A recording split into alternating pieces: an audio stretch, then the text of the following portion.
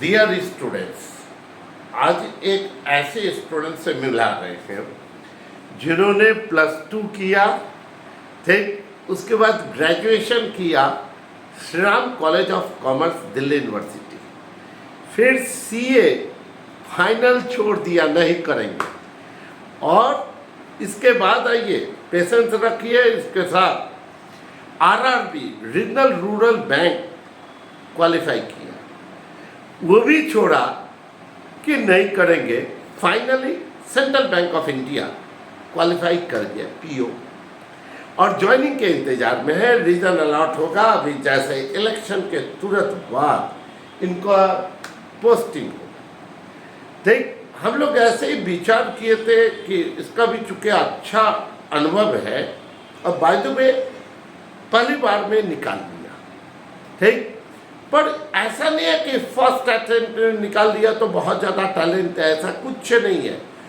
कुछ ऐसे मुद्दे इसके साथ में अभी बात करेंगे कि हम देखते हैं जनरल कंपटीशन में, खास करके बैंक में बच्चे इतना परेशान रहते हैं, कोचिंग करते हैं, लाइब्रेरी जाते हैं, ठीक, इतना ऑनलाइन क्लास कर रहे हैं, आखिर निकलता क्यों नहीं है? निकलता है, नहीं निकलता ऐसा नहीं है भैया, ये लोग तो निकल आई है, और कैसे ये क्रैक कर देते हैं।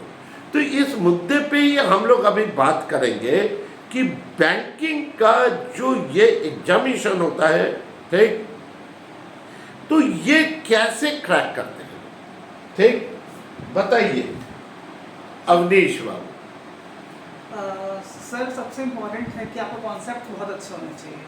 जो भी आप जैसे मैथ्स ही ले लीजिए, उसमें तो 3 से आता है सब में, क्वांट्स, रीजनिंग और इंग्लिश तो सर ग्रामर और रीडिंग से हो सकता है, और रीजनिंग के लिए प्रैक्टिस, जितना प्रैक्टिस कर सकें उसमें आप एक दो क्लास करके भी आप प्रैक्टिस कर करके आप कर सकते हैं। किस में?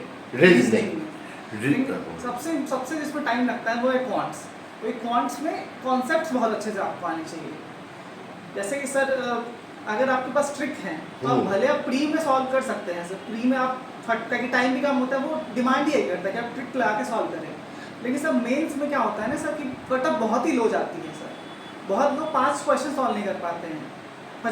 30 जो क्वेश्चन आते हैं, जो भी है मुझे एग्जैक्टली याद नहीं आ रहा है, उसमें से 5 क्वेश्चन 5 नंबर कट ऑफ जाती है सर उसकी। इस बार जैसे ये बता रहे थे 225 में क्या था, 63 कट ऑफ गई थी, 63 कट ऑफ किया था।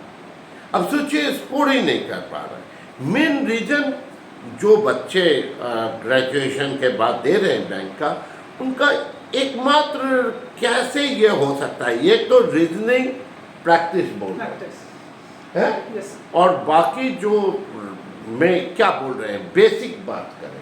हाँ, क्वांट्स में बेसिक जैसे 8, 9, 10 के जो टॉपिक्स हैं वो आपको अच्छे से, मतलब ऐसा नहीं कि 30 सेकंड का सॉल्यूशन आपको ध्यान रहे कि 30 सेकंड कैसे सॉल्व करते हैं। उसका 5 मिनट वाला सॉल्यूशन आपको पता होना चाहिए।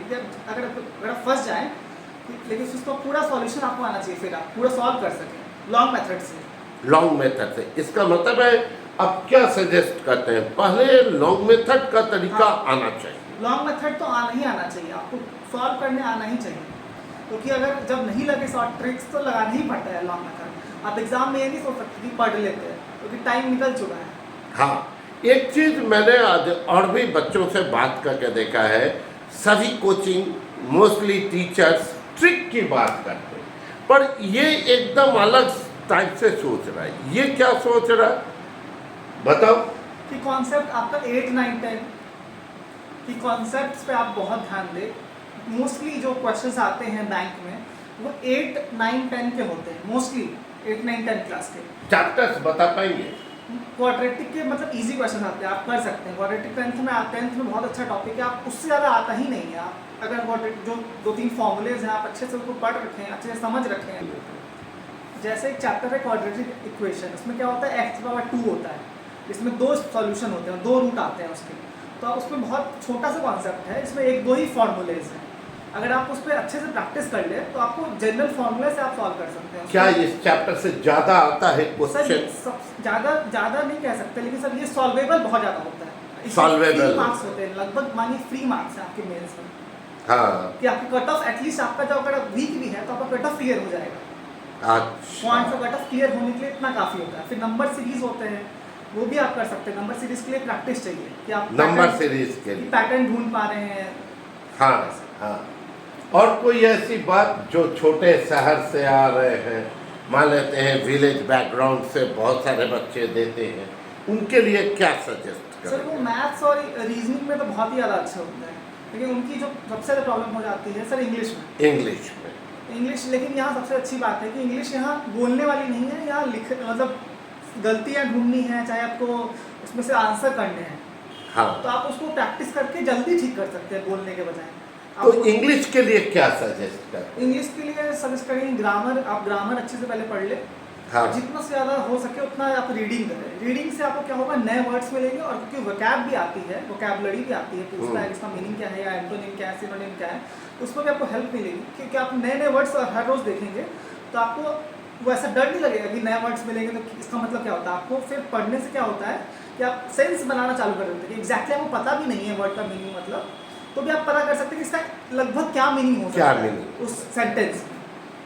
आपने इंग्लिश को ठीक करने के लिए क्या किया? मेरा जैसे सीबीएसई बैकग्राउंड था। हाँ, तो सीबीएसई आपका बैकग्राउंड था। यस हाँ, फिर सर, तो सीबीएसई बैकग्राउंड था, तो मेरा इंग्लिश में अगर जो जनरल सेंस होता है इंग्लिश का कि क्या कहना चाहता है, क्या पढ़ के हम समझ सकते हैं कि क्या कहना चाहता है, तो ये मेरे लिए थोड़ा सा बेनिफिशियल था कि हम समझ पा रहे। लेकिन मैं ग्रामर पार्ट पे हमको फिर भी काम करना पड़ा, और ग्रामर पे आपको रूल्स ध्यान में होने चाहिए, तभी आप सही से उसको एरर फाइंड कर सकते हैं, चाहे कोई वर्ड रिप्लेस करना है वो आप अच्छा, मान लीजिए वो बिहार बोर्ड से अगर आ रहा है, यस सर। तो ऐसे बच्चों के लिए आप क्या सुझाव देंगे? सर वो उनकी ग्रामर अच्छी होती है, मेन जो बिहार बोर्ड के बच्चे होते हैं वो ग्रामर में बहुत ग्रामर अच्छी होती है। उनकी वाह। ग्रामर हमसे ज़्यादा अच्छी, सीबीएसई से बहुत ज़्यादा अच्छी होती है। बस उनको काम करने की जरूरत है रीडिंग स्किल्स पे, रीडिंग क्या पढ़ के समझ पा रहे हो, बस कॉम्प्रहेंशन आपको आना चाहिए कि, और फास्ट वो करना होता है, बस इतना ही काम है। एक जो मैंने एक एक्सपर्ट से बात किया है, उन्होंने भी एक सुझाव दिया है, डिमोटिवेटेड मत होइए। क्या भाई? जैसे क्या है ना सर कि इसका रिजल्ट आता है अप्रैल में, फिर फॉर्म आ जाता है 2-3 महीने बाद, फिर एग्जाम होना, तो मेन बात है जो सर्कल है फंस चुके थे, जो मान लीजिए सर 1 अप्रैल को फेल हो गए, उनके पास 2-3 महीने ही बचे प्रिपेयर करने के लिए, और फिर वो पहले से कम प्रिपेयर थे, फिर आए, फिर 2-3 महीने में फिर उतना प्रिपेयर नहीं कर पाए। तो आपको पढ़ाई छोड़नी नहीं है जब तक फाइनल रिजल्ट नहीं आ जाए। हाँ, आपको पढ़ाई कंटिन्यू रखनी है, कंटिन्यू। ताकि और भी एग्जाम्स हैं, आप और एग्जाम भी क्वालिफाई करने के बाद भी आप और एग्जाम दे सकते हैं, तो वो काम Yes, आएगा हमेशा। हमेशा काम आएगा। चलिए, बहुत अच्छा। हम लोग उम्मीद करते हैं अब अवनीश का गाइडेंस हम लोग को हमेशा मिलता रहेगा। हाँ, बैंकिंग से रिलेटेड जो आपको क्वालिफाई करने से रिलेटेड, कॉम्पिटिटिव एग्जामिनेशन रिलेटेड जो डाउट्स होंगे, आप मुझे मेरे व्हाट्सएप पे, गूगल में आप सर्च कर लेंगे, कमेंट बॉक्स में आप लिखेंगे, और हम लोग निश्चित खुशी होगी जिस दिन आप क्वालिफाई करेंगे और हम लोग मिठाई खाएंगे। Thank you.